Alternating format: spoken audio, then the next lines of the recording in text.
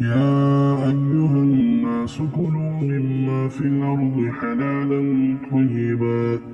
ولا تتبعوا خطوات الشيطان إنه لكم عدو مبين إنما يأمركم بالسوء والفحشاء وأن تقولوا على الله ما لا تعلمون وإذا قيل لهم اتبعوا ما أنزل الله قالوا بل نتبع ما ألفينا عليه آباءنا أولو كان آباؤهم لا يعقلون شيئا ولا يهتدون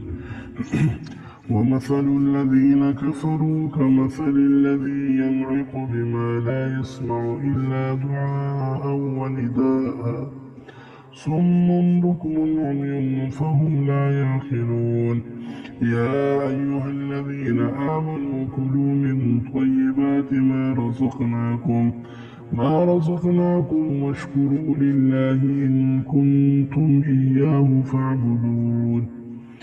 واشكروا لله إن كنتم إياه تعبدون إنما حرم عليكم الميتة والدم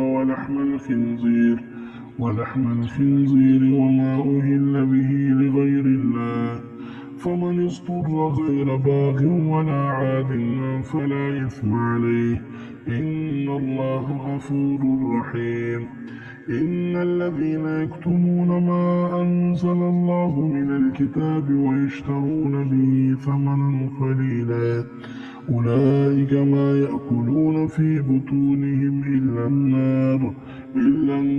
ولا يكلمهم الله يوم القيامة ولا يزكيهم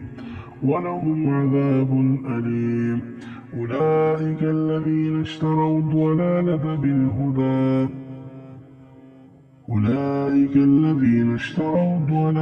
بالهدى